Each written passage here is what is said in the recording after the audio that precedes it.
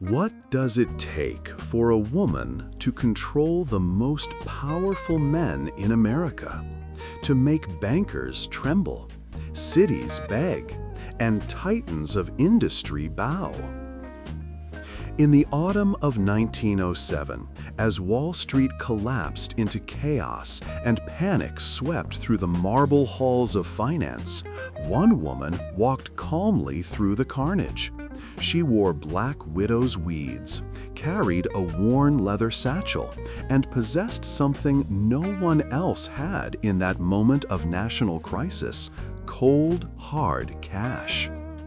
While John Pierpont Morgan scrambled to save collapsing banks, while the President of the United States rushed to Washington in desperation, while grown men wept at the ruin of their fortunes, Hetty Green sat in her makeshift office at the Chemical National Bank, surrounded by trunks stuffed with bonds and mortgages, and waited. She had predicted this catastrophe 3 years earlier. She had prepared. And now, as America's financial system teetered on the edge of total collapse, the most powerful men on earth came to her with their hats in their hands. They called her the Witch of Wall Street, but on that day, she was their only salvation. This is the story of Henrietta Howland Robinson Green, a woman who amassed a fortune equivalent to $5 billion in today's money by manipulating financial panics, strangling her competitors, and turning crises into opportunities. In an era when women couldn't vote, couldn't open bank accounts without male permission, and were expected to ornament parlors rather than dominate boardrooms, Hetty Green built an empire on the corpses of failed banks and broken cities. She lent millions to municipalities, foreclosed on railroads, and held entire state governments hostage with her strategic loans and ruthless collection tactics. And she did it all while living in cheap boarding houses, wearing the same black dress until it fell apart, and eating cold oatmeal heated on office radiators. This is not a story about greed. This is a story about power, manipulation, and the price one woman paid to control an empire. America, between 1870 and 1910, was a land of impossible contradictions, a nation simultaneously racing toward industrial supremacy and tearing itself apart with inequality. Real wages grew by 40%, factories multiplied like organisms in a petri dish, and the United States transformed from an agricultural backwater into the world's dominant economic power. Mark Twain christened this period the Gilded Age, a name dripping with irony. Beneath the glittering surface of unprecedented wealth lay a foundation of exploitation, corruption, and human suffering. It was an age of titans. Men like John D. Rockefeller, whose fortune would exceed $400 billion in modern currency. Andrew Carnegie, who controlled the steel that built America's cities. And J.P. Morgan, whose word could make or break entire industries, strode across the landscape like gods. They built railroads that connected coasts, erected skyscrapers that pierced clouds, and accumulated wealth so vast it defied comprehension. These robber barons, as muckrakers called them, charged through the economy like medieval lords extracting tolls from travelers, manipulating markets, crushing competition, and exploiting workers without mercy or remorse. But in this masculine cathedral of capital, where cigars glowed in private clubs and deals worth millions were sealed with handshakes in oak-paneled rooms, there existed an anomaly. A woman who refused every rule of her gender and her class. A Quaker heiress who dressed like a pauper and thought like a predator. While society expected wealthy women to spend their days in fashionable dress, attending balls, and managing households, Hetty Green operated from a bank office surrounded by trunks full of financial documents, traveling thousands of miles alone to collect debts of a few $100s. She had no interest in the social whirl of New York's elite, no patience for the conspicuous consumption that defined her class, and absolutely no intention of behaving like a proper lady. Those who knew her well called her the Queen of Wall Street for her willingness to lend freely at reasonable rates during financial panics.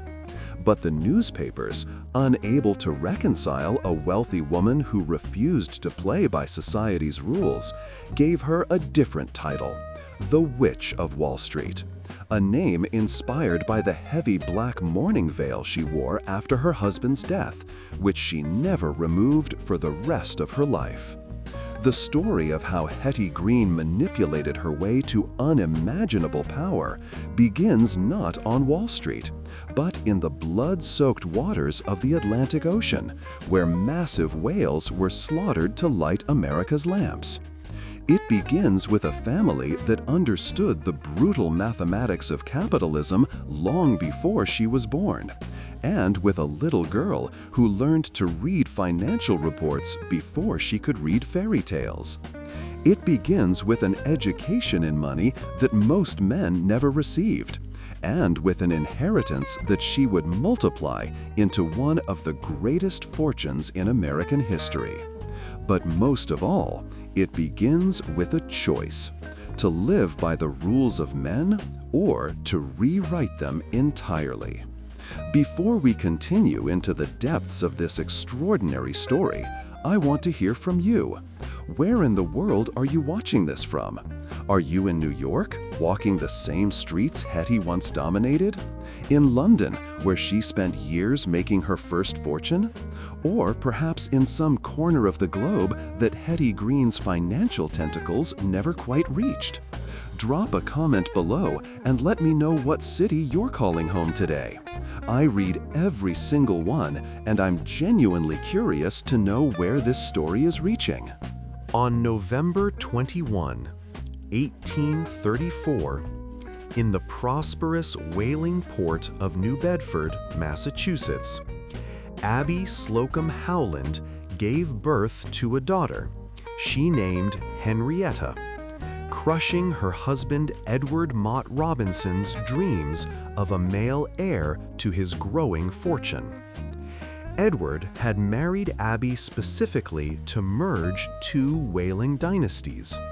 Her father, Gideon Howland, owned one of the largest whaling fleets in New Bedford, which was America's premier whaling city, and Edward himself was Gideon's business partner.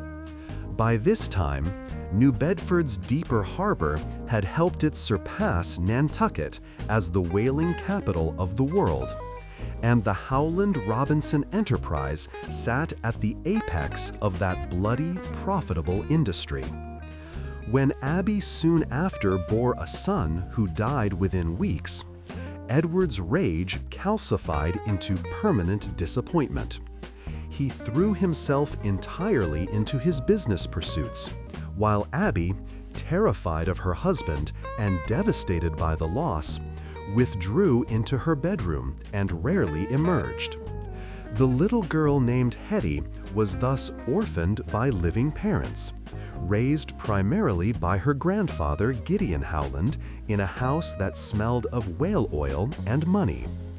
Gideon's eyesight was failing in his old age, a common affliction among men who had spent their lives squinting at ledgers and horizon lines.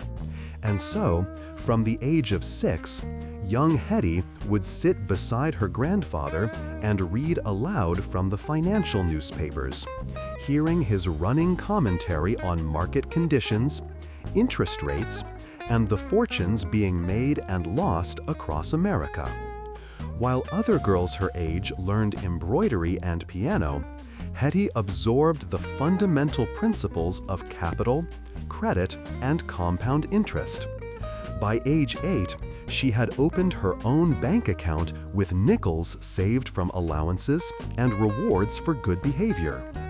By 13, she was doing the accounting for the family business, her skill with numbers undeniable, even if her abilities in other academic subjects remained thoroughly mediocre. This was not the education Edward Robinson had intended for his daughter, but it was the education she received nonetheless, and it would prove more valuable than any finishing school curriculum. When Hetty turned 10, her parents sent her to a strict Quaker boarding school in Sandwich, followed at 15 by a summer at Friends Academy, and then 3 years at a fashionable Boston finishing school designed to transform wealthy girls into marriageable young ladies. The instruction covered watercolor painting, French conversation, proper tea service, and the intricate dance of upper-class courtship rituals. Hetty endured it all with barely concealed contempt. She returned home during breaks to the family's summer estate at Round Hill in Dartmouth, where she could escape the suffocating expectations of feminine propriety and talk business with her father and grandfather. Tensions grew between Hetty and her Aunt Sylvia, the other major beneficiary of Gideon Howland's fortune, who had no patience for Hetty's shabby wardrobe and occasional outbursts of temper. Sylvia embodied everything Hetty despised: extravagance, social climbing, the use of wealth as ornament rather than tool. The two women circled each other like predators, competing for the same territory, which in a sense they were. When Hetty turned 20, Edward Robinson made one final attempt to transform his strange, numbers-obsessed daughter into a normal woman. He bought her an entire wardrobe of expensive, fashionable dresses so she might attract a wealthy husband and fulfill her proper role in society. Hetty sold every single dress and used the money to buy government bonds. It was, perhaps, the moment Edward Robinson finally understood that his daughter would never be tamed. In 1864, Edward Robinson died, leaving Hetty an inheritance of approximately $7.5 million, an astronomical sum that would exceed $130 million in today's currency. But there was another fortune still in play. Aunt Sylvia, unmarried and childless, controlled millions more, and Hetty had become fixated on that inheritance with an intensity that bordered on obsession. She had spent years visiting Sylvia, enduring the older woman's criticism, biding her time. When Sylvia died shortly after Edward, Hetty was devastated to discover that her aunt had left her almost nothing, distributing the fortune primarily to various charities and distant relatives. The rage that followed was volcanic. Hetty produced what she claimed was an earlier will, one that left everything to her, complete with Aunt Sylvia's signature, and challenged the existing will in a spectacular public court battle that dominated newspapers across the country. She ultimately lost the case amid strong suspicions that she had forged the signature, a scandal that would dog her reputation for the rest of her life. But Hetty Green was now 30 years old, single, wealthy beyond most people's imagining, and entirely uninterested in living the life society expected of her. She believed, correctly, that she was surrounded by fortune hunters, men whose romantic interest evaporated the moment they encountered her ironclad control over her own money. She was 33 before a man with his own modest wealth proposed marriage. Edward Henry Green, a Vermont businessman whose fortune, while respectable, paled compared to hers. And here, Hetty made a move almost unheard of for her era. She asked her prospective husband to sign a prenuptial agreement, renouncing all rights to her fortune, separating their finances completely, in a time when a woman's property automatically became her husband's upon marriage. Edward agreed. They married, had 2 children, a son named Ned and a daughter named Sylvia, and Hetty began in earnest the career that would make her legend. She had wealth, she had freedom, and she had an education in finance that rivaled any man on Wall Street. Now she needed only one more thing: opportunity. And in the America of the 1860s and 1870s, dripping with war profiteering, railroad speculation, and financial panics, opportunities for the ruthless were everywhere. The Civil War transformed Hetty Green from a wealthy heiress into a calculating financial predator.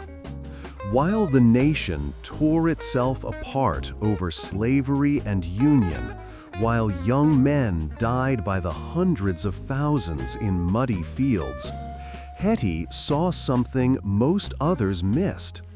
The United States government was issuing paper currency called greenbacks to fund the war.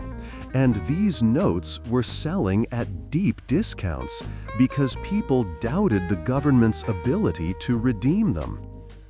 Hetty bought enormous quantities of these discounted greenbacks, betting that the Union would survive and that Congress would eventually back the currency with gold. Her gamble paid off spectacularly in 1875 when legislation was passed making greenbacks convertible to gold, instantly multiplying the value of her holdings. It was a move that required not just capital, but extraordinary nerve and a willingness to profit from her nation's agony. She had both in abundance. By the time her family returned to the United States in October 1873, after Edward had suffered losses on Wall Street that forced them to temporarily relocate to London, Hetty's fortune had grown substantially. But her marriage had begun to crack. Edward wasn't nearly as skilled with money as his wife, and despite Hetty's efforts to keep their finances completely separate, 19th century banking practices meant that banks routinely treated her money as if it belonged to him. The breaking point came when Cisco National Bank, where Edward maintained accounts, used Hetty's deposits as collateral for Edward's mounting debts. When Hetty discovered this violation, she demanded the transfer of her entire $26 million in stocks, bonds, mortgages, and deeds to Chemical National Bank. But Cisco refused until Edward's debts were paid. Terrified of losing everything, Hetty reluctantly covered her husband's debts and completed the transfer. But from that moment forward, she banished Edward from the family home. Newspapers stopped referring to her as Mrs. Edward Green and instead called her Mrs. Hetty Green, while her husband became known humiliatingly as Mr. Hetty Green. Edward moved to the Union Club of New York, living on what some sources claim was a modest allowance his wife provided, separated but not divorced. Now operating from Chemical Bank with complete control over her fortune, Hetty established her peculiar working arrangements. She conducted business surrounded by trunks and suitcases stuffed with financial papers, refusing to pay rent for a proper office. By this time, she had earned the nickname Queen of Wall Street, though the more sensational Witch of Wall Street would eventually overshadow it.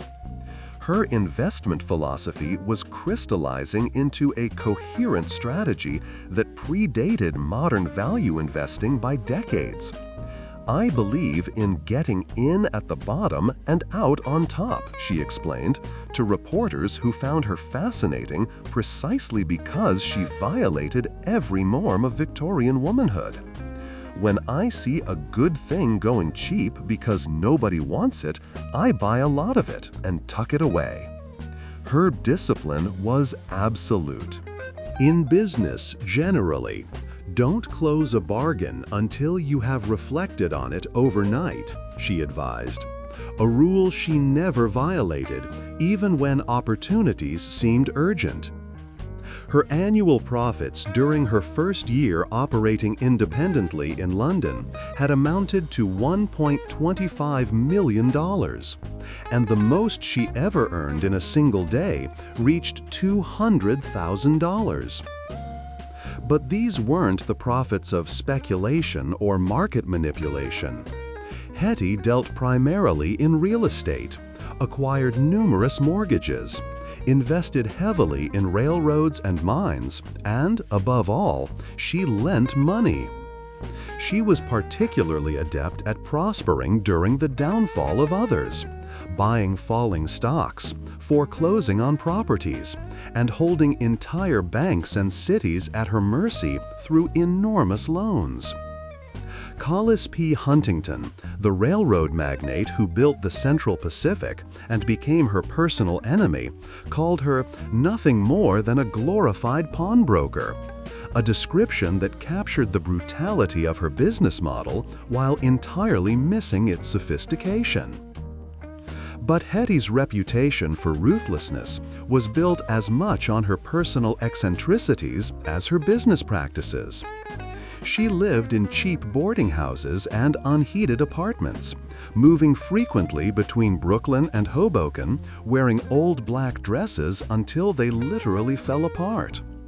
She was known to spend hours hunting for a 2-cent stamp rather than buy a new one, and she heated her daily lunch of oatmeal on the office radiator at Chemical Bank. These stories delighted newspapermen and horrified New York society. Here was a woman who could buy anything, who could have lived in the grandest mansion on Fifth Avenue, who instead chose to live like a pauper while her fortune multiplied. When a reporter questioned why she had spent so little time during a visit to an expensive hotel, she responded, "Young man, I am a Quaker, and I am trying to live up to the tenets of that faith. That is why I dress plainly and live quietly. No other kind of life would please me." There was method in what others called madness.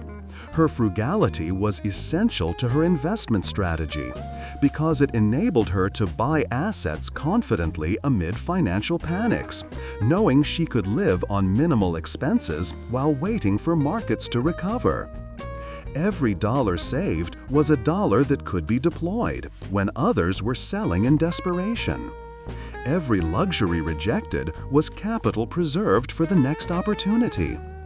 She also moved residences with skulking frequency as an attempt to hide from both the press and tax collectors, while taking confusing and varied routes to work to keep potential kidnappers at bay. She slept with safe deposit keys on a chain around her waist, and when staying in unfamiliar places, rigged a revolver to her hand with strings. Paranoid? Perhaps. But she was a woman alone in a predatory world, controlling a fortune that made her a target. Yet for all the newspaper mockery and social ostracism, Hetty was building something unprecedented, a financial operation run entirely on her own terms, answering to no partners, no board of directors, no husband. She would travel thousands of miles alone, an act of independence shocking for the era, to collect a debt of a few $100s. Not because she needed the money, but because she refused to let anyone believe she could be cheated or ignored. Every debt collected, every foreclosure executed, every loan called in on schedule sent a message.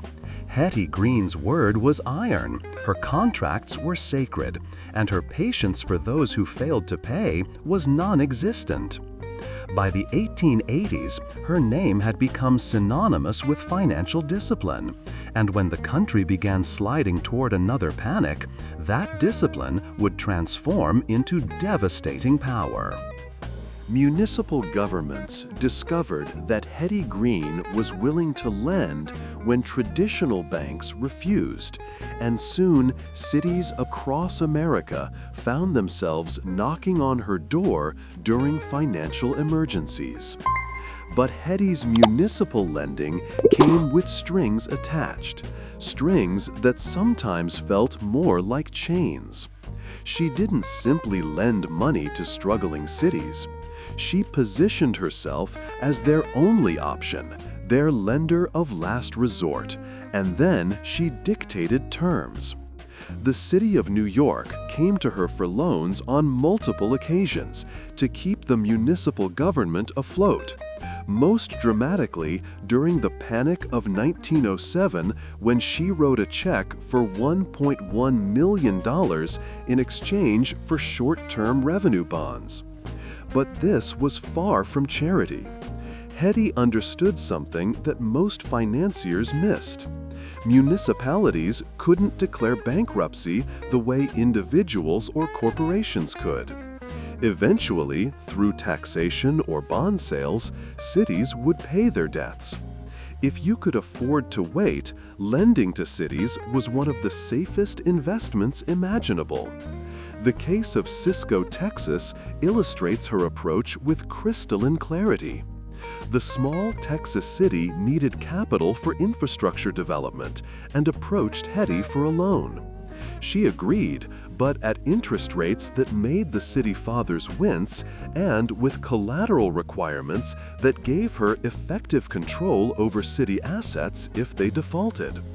When Cisco struggled to make payments, Hetty didn't negotiate or extend grace periods. She foreclosed ruthlessly, seizing property and forcing the city into a humiliating refinancing arrangement. The message resonated across Texas and beyond. Borrow from Hetty Green and you will pay every penny, on time, with interest, or she will own you. Yet, paradoxically, this reputation for mercilessness made her a more sought-after lender, not less.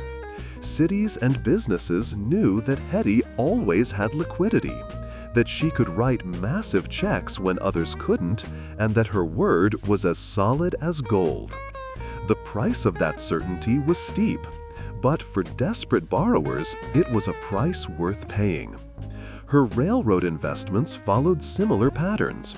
She invested heavily in railroad stocks and mortgage bonds, focusing on undervalued assets and distressed companies that she could acquire cheaply and either turn profitable or strip for parts. She explained her philosophy to a New York Times reporter in 1905. "I buy when things are low, and nobody wants them. I keep them until they go up." But keeping them until they go up sometimes meant holding railroad bonds through years of depressed prices, surviving on her frugality while other investors panicked and sold at losses. She was particularly skillful at buying falling stocks during market turmoil, foreclosing on properties when borrowers defaulted, and holding entire banks at her mercy through massive loans that gave her leverage over their operations. The relationship between Hetty and the male titans of Wall Street was complex and mutually contemptuous. Men like Collis P. Huntington openly despised her. his characterization of her as a glorified pawnbroker reflecting the resentment of industrialists who found themselves occasionally dependent on her capital. A cartoon published in Punch magazine in 1895 showed Hetty Green ranked alongside financiers like Russell Sage and George J. Gould, the only woman among the most powerful financial operators in America. Her inclusion in that rogues gallery was both acknowledgement of her power and a form of mockery.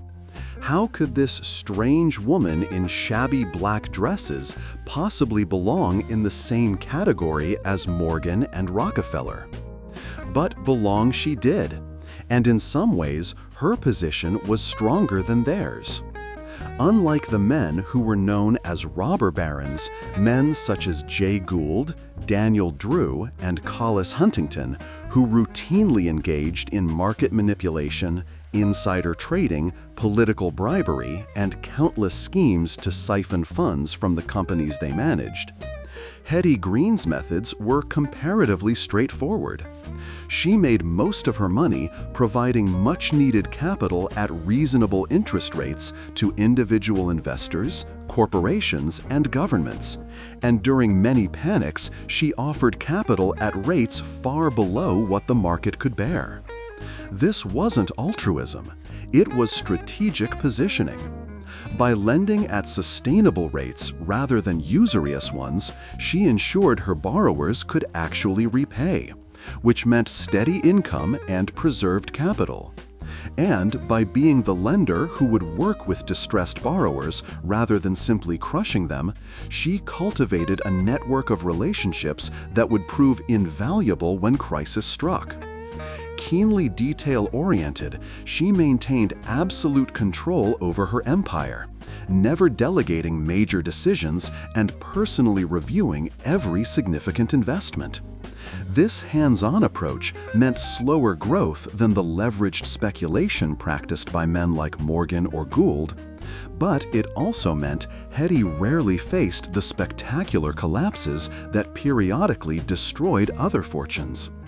She built her empire on the principle that cash was king, that leverage was dangerous, and that the patient predator always outlasted the reckless one.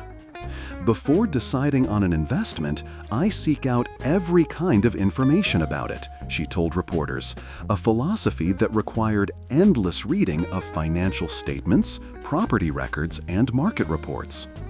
While other financiers relied on tips, insider information, or gut instinct, Hetty did her homework every single time. By the early 1900s, Hetty Green's reputation had solidified into something unprecedented. She was feared, mocked, and indispensable. All at once, she had become known as both the Queen of Wall Street by admirers who respected her financial acumen, and the Witch of Wall Street by those who found her eccentricities disturbing. But titles aside, everyone agreed on one fundamental truth. When crisis came, when banks failed and fortunes evaporated, when even the mighty J.P. Morgan scrambled for liquidity, Hetty Green would have cash.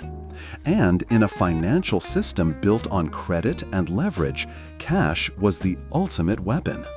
In October 1907, a reckless scheme by Otto Heinz to corner the stock of United Copper Company collapsed spectacularly, triggering runs on trust companies and banks across New York City.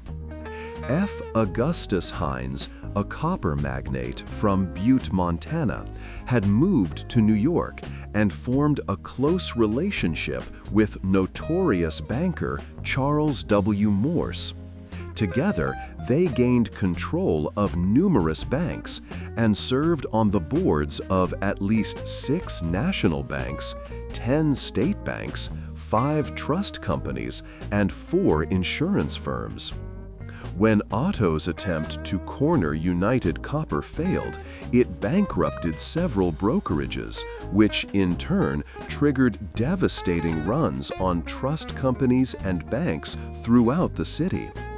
Interest rates on loans to brokers at the stock exchange soared to an astonishing 70%. And with brokers unable to secure money, stock prices plummeted to levels not seen since December 1900. By Thursday, October 24, a chain of failures littered Wall Street.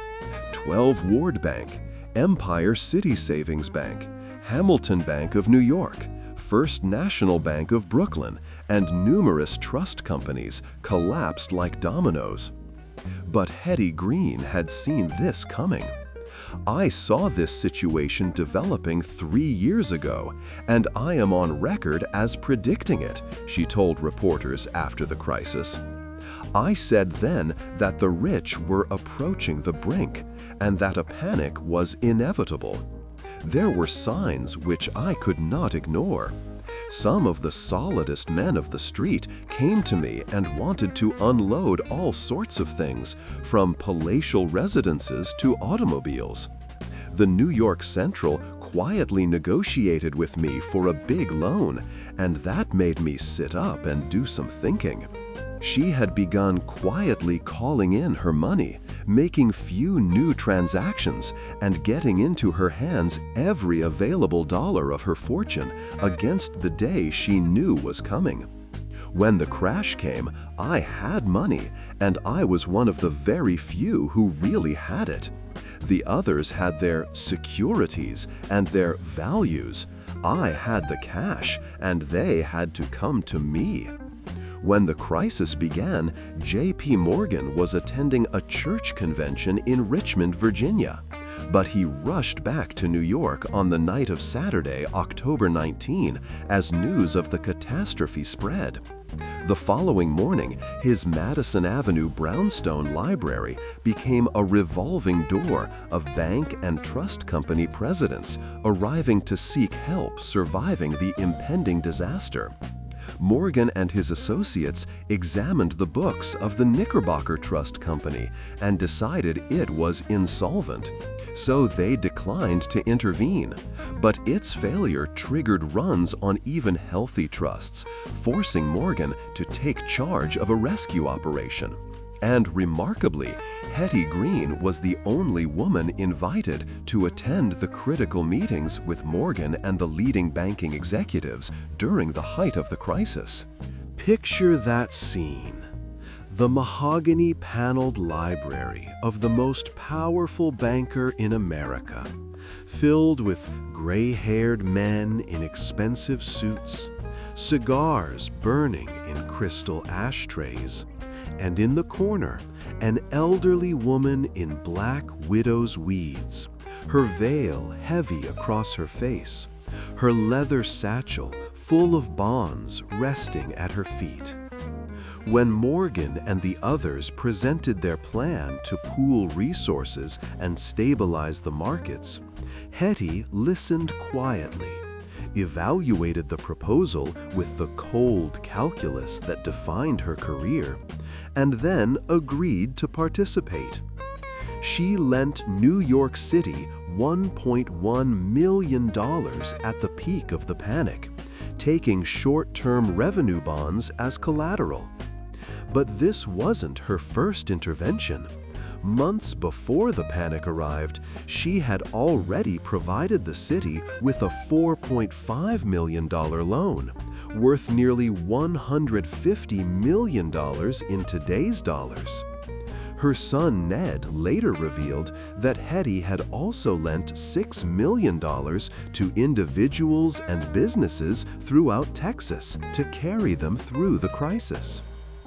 "Those to whom I loaned my money got it at 6%, Hetty recounted afterward, a rate that was extraordinarily reasonable, given that interest rates for loans to brokers had reached 70% during the worst days. Usury, charging excessive interest, was against her moral code, born of her Quaker roots, and she seemed to relish the idea that some of the world's most powerful men, businesses, and even local governments came to her when they needed a bailout. This was the ultimate validation of her strategy, the vindication of decades of discipline and frugality.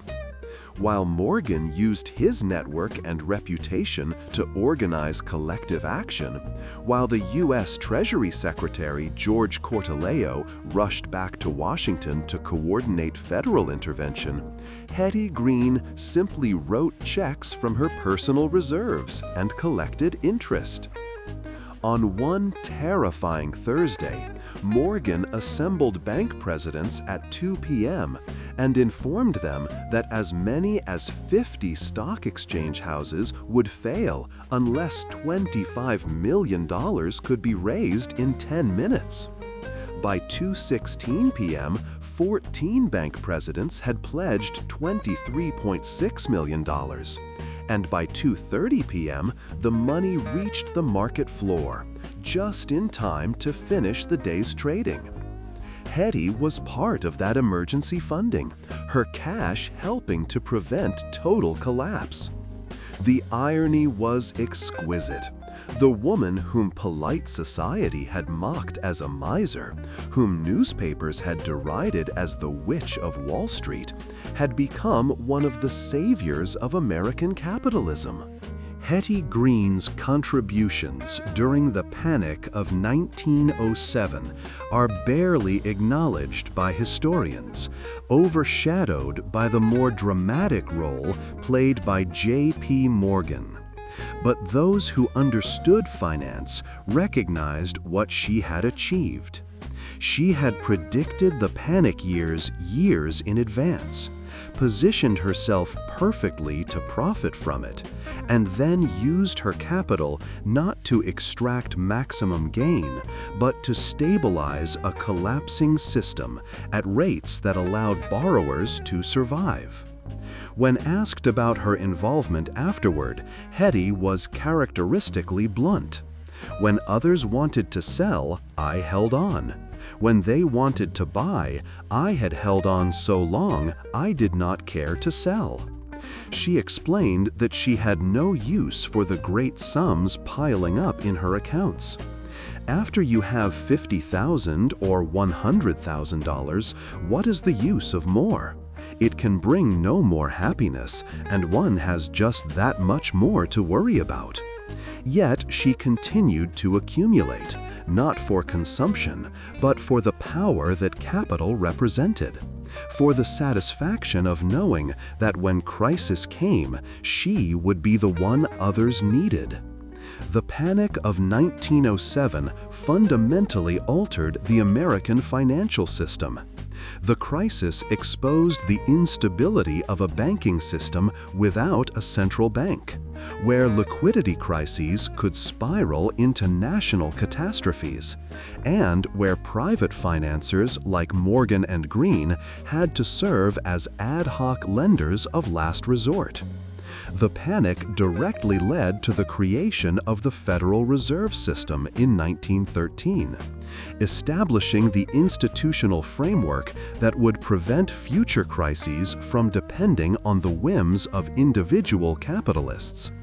Hetty Green had helped save capitalism, and in doing so, she had inadvertently demonstrated why capitalism needed institutional safeguards beyond the charitable impulses of its wealthiest participants. But for Hetty personally, the panic represented something else entirely: validation. She had spent 40 years being mocked for her frugality, criticized for her eccentricities, and dismissed as a curiosity rather than taken seriously as a financier. Now, in her 70s, she had proven that her strategy worked, that her discipline had value, that her refusal to live by society's rules had been vindicated. She emerged from the Panic of 1907 wealthier than before, more respected than ever, and secure in the knowledge that she had outlasted nearly every man who had ever doubted her. Yet the cost of that success was becoming impossible to ignore. She lived alone in shabby apartments, estranged from her husband, her children growing increasingly distant and damaged by her obsessive penny pinching. She had accumulated a fortune that rivaled the Rockefellers and Carnegies, but she had no one to share it with, no legacy beyond the raw numbers in her account books. Reporters who interviewed her during this period noted the contradiction. Here was a woman who could buy anything, who instead chose to buy nothing, who seemed to find satisfaction only in the accumulation itself, rather than in what that accumulation could provide. The Witch of Wall Street had won the game of capitalism more thoroughly than almost any player in American history. But as the years advanced and her health began to fail, questions arose that even Hetty's formidable intelligence couldn't answer. What had she won exactly? And what had she lost in the winning? The most infamous story about Hetty Green involves her son Ned, who at age 14 injured his knee in a sledding accident. Rather than immediately seeking medical treatment, Hetty reportedly dressed her son in ragged clothes and attempted to have him treated at a charity clinic that offered free healthcare to the poor.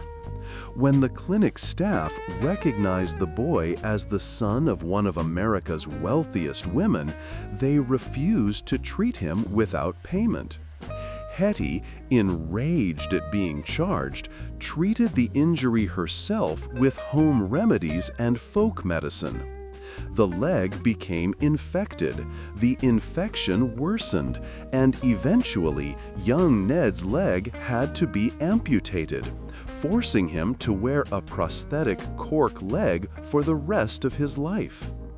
The story spread through newspapers like wildfire, cementing Hetty's reputation as a monster of avarice who valued dollars more than her own child's health.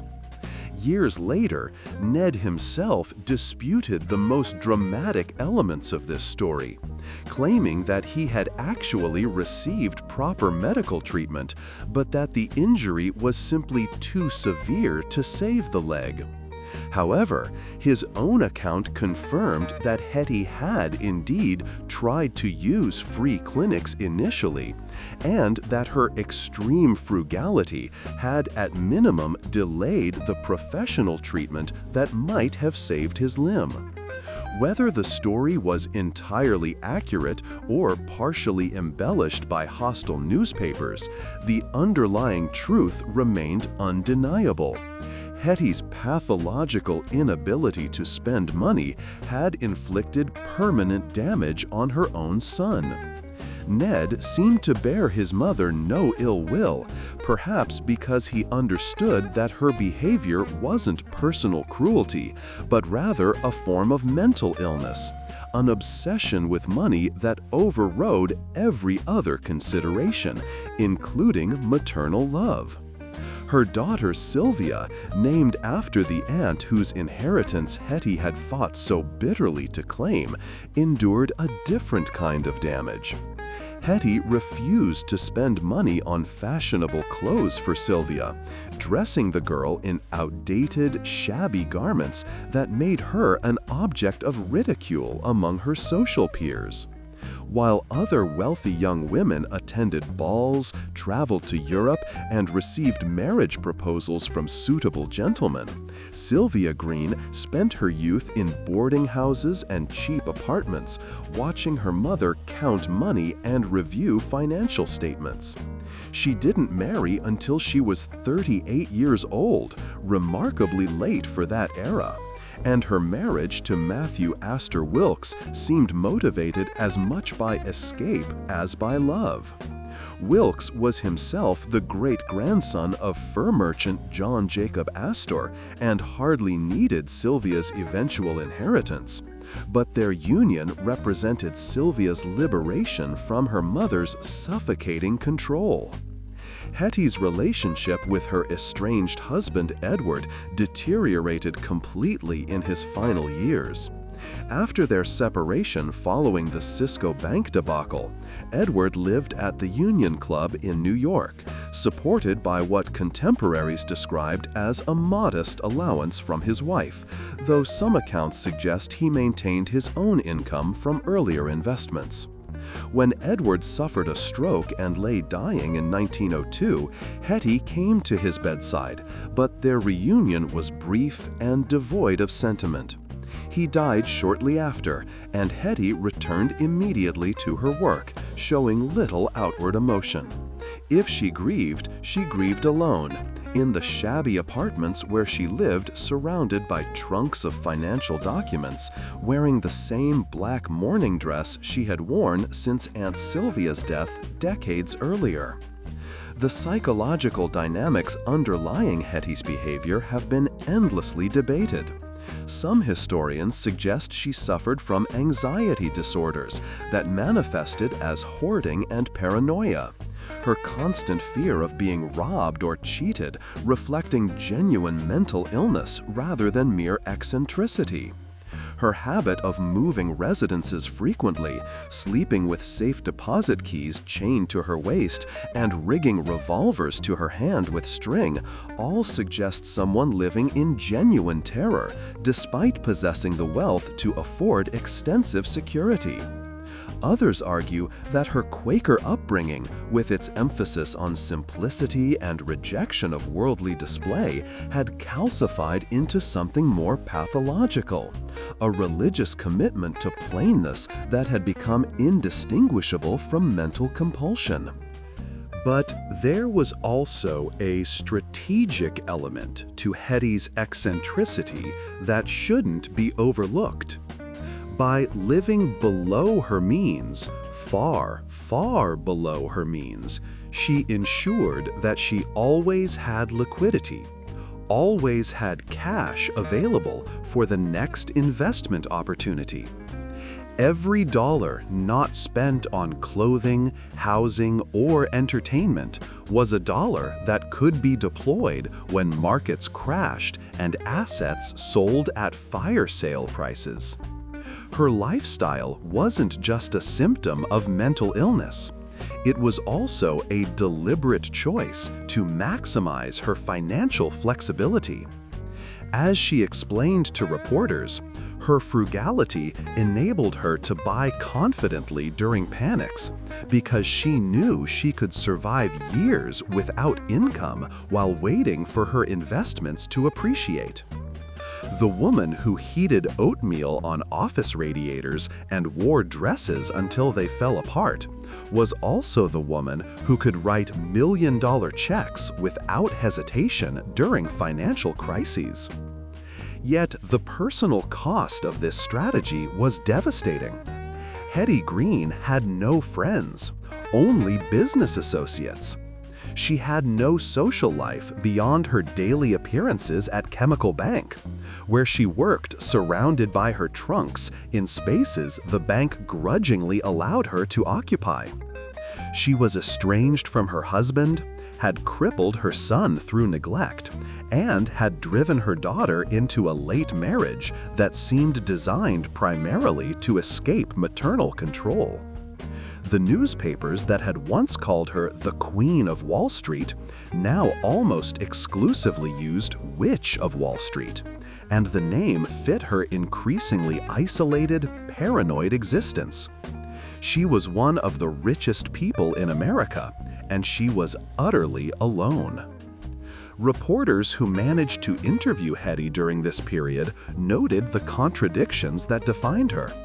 She could be charming and articulate when discussing investments, displaying an encyclopedic knowledge of markets and a sharp wit.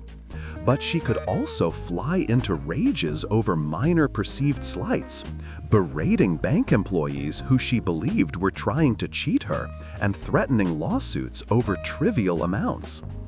In one famous interview with the New York Times in 1905, she oscillated between philosophical reflection on wealth and bitter complaints about taxes, demonstrating both her intelligence and her obsession. "I buy when things are low and nobody wants them," she explained with perfect lucidity, before immediately pivoting to a tirade about government spending and the burden of taxation on productive citizens like herself. By her late 70s, Hetty had become a kind of living ghost haunting Wall Street, a reminder of the costs of pure capitalist accumulation untempered by human connection or joy. She had won the game more thoroughly than almost anyone in American history, and in winning, she had destroyed everything that might have made the victory meaningful. Her fortune continued to grow through careful investment and compound interest, but she had no one to share it with, no purpose for it beyond its own expansion. The Witch of Wall Street had cast a spell that trapped only herself. On July 3, 1916, at the age of 81, Hetty Green died of apoplexy, what we would now call a stroke, while arguing with a cook over the virtues of skimmed milk. The scene was quintessentially Hetty, her final moments spent haggling over pennies, her last breath expelled in defense of economizing. She died in her son Ned's home in New York City, one of the few concessions she had made to comfort in her final years. Her funeral was held at the Church of the Transfiguration in Manhattan, the same church where she had married Edward Henry Green 5 decades earlier. The service was small and simple, reflecting the Quaker values she had claimed to uphold, and she was buried in Bellows Falls, Vermont, in the Green family plot beside the husband she had banished from her life decades before. The revelation of her estate's value stunned even those who had known she was wealthy. Contemporary estimates placed her fortune at approximately $100 million, though some calculations suggested it might have reached $200 million. In today's dollars, accounting for inflation and economic growth, that fortune would exceed $2 billion and possibly approach $5 billion. She was, without question, the richest woman in America at the time of her death, and one of the wealthiest people of any gender in the nation's history. The estate's assets were divided equally between her son Ned and daughter Sylvia, each inheriting approximately $50 million. After a lifetime of extreme deprivation imposed by their mother, the Green children suddenly possessed fortunes that placed them among America's elite. Ned Green's response to his inheritance was spectacular and immediate. The man who had lost his leg, partly due to his mother's refusal to spend money on proper medical care, now embarked on an orgy of consumption that would have horrified Hetty. He moved to Texas and built an enormous mansion called Round Hill in South Dartmouth, Massachusetts, purchasing a private yacht, exotic cars, and even his own personal radio station. He collected stamps and coins with obsessive enthusiasm, accumulating one of the finest philatelic collections in the world. He married a former prostitute named Mabel Harlow, scandalizing what remained of proper society, but apparently finding genuine happiness with her. Ned Green spent money with the same manic energy his mother had hoarded it, as if making up for decades of enforced poverty. When he died in 1936, his fortune had been substantially depleted by his extravagant lifestyle, but he died having actually enjoyed his wealth, something his mother never accomplished. Sylvia Green Wilkes took a different approach. She and her husband, Matthew Astor Wilkes, used their combined fortunes to live quietly but comfortably, establishing foundations and engaging in the kind of philanthropy that Hetty had always refused. Sylvia seemed determined to undo some of the damage her mother's reputation had caused, using money to build rather than to dominate. She died in 1951, and her estate was distributed according to her wishes, funding medical research and educational institutions. In death, Sylvia accomplished what her mother never could. She made the Green fortune serve purposes beyond its own accumulation. The question of Hetty Green's legacy is as complicated as the woman herself. Unlike the robber barons, men like Jay Gould, Daniel Drew, and Collis Huntington, who engaged in market manipulation, insider trading, and outright fraud, Hetty's methods were comparatively honest. She made her fortune primarily through careful investment, strategic lending, and buying undervalued assets during panics. During financial crises, she often lent at reasonable rates when others were charging usurious interest. And her interventions helped stabilize markets rather than destabilize them. Her investment philosophy, buy low, sell high, maintain liquidity, avoid leverage, was sound and would be recognized as value investing when Warren Buffett and Benjamin Graham popularized the approach decades later. Yet her personal behavior was often monstrous. She allowed her son to lose a leg rather than pay for prompt medical treatment. She denied her daughter a normal social life and probably any chance at happiness during her youth. She lived in squalor despite possessing wealth sufficient to live in luxury. She foreclosed on properties and called in loans with ruthless efficiency, showing no mercy to borrowers who fell on hard times. She was suspected of forging her aunt's will in an attempt to steal an inheritance. The same discipline and focus that made her a brilliant investor also made her a terrible mother, wife, and human being. Her contemporaries couldn't decide whether to call her the Queen of Wall Street or the Witch of Wall Street. And that ambivalence persists in historical assessments. Some modern feminists have embraced her as a pioneer who refused to be limited by Victorian gender norms. A woman who competed with men on their own terms and beat them at their own game. Others view her as a cautionary tale about the psychological damage capitalism can inflict. A woman so consumed by accumulation that she lost the ability to experience any pleasure from her wealth. Both interpretations contain truth. What seems undeniable is that Hetty Green was a genius at making money and a disaster at being human.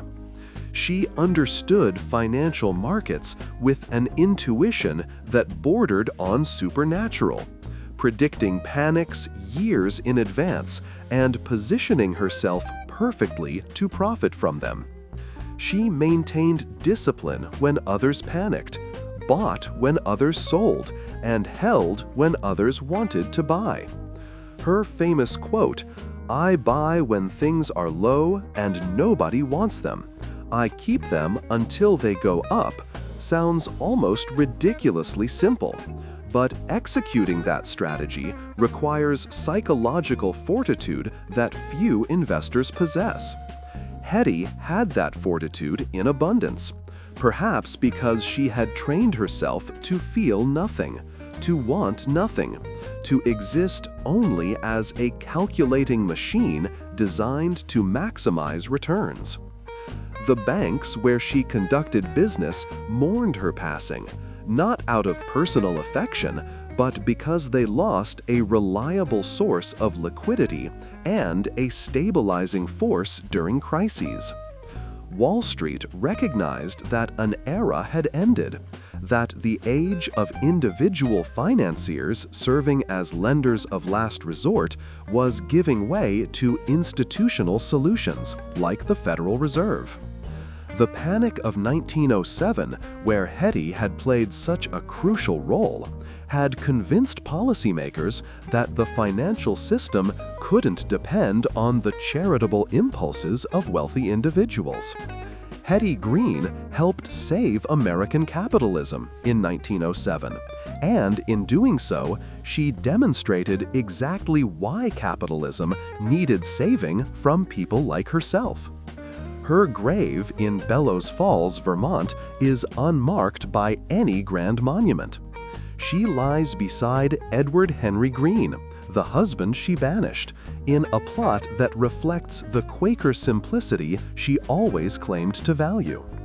Tourists occasionally visit, drawn by the legend of the Witch of Wall Street, curious to see where one of America's strangest and most successful capitalists found her final rest.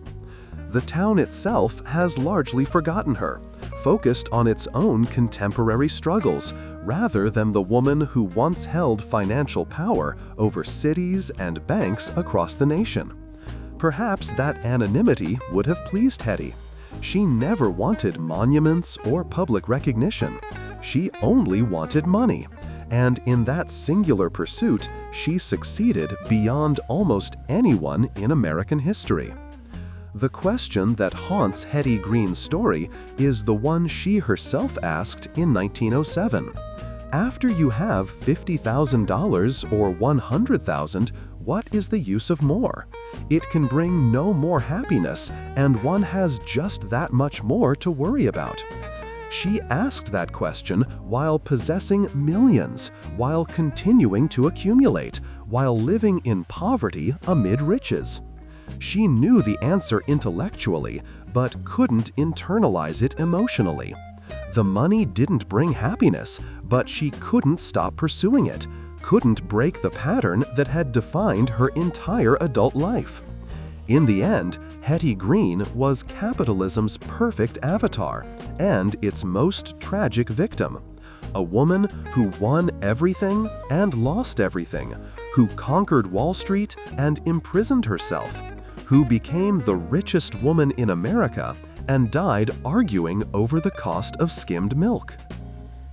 The story of Hetty Green forces us to confront uncomfortable questions about success, gender, and the nature of wealth itself.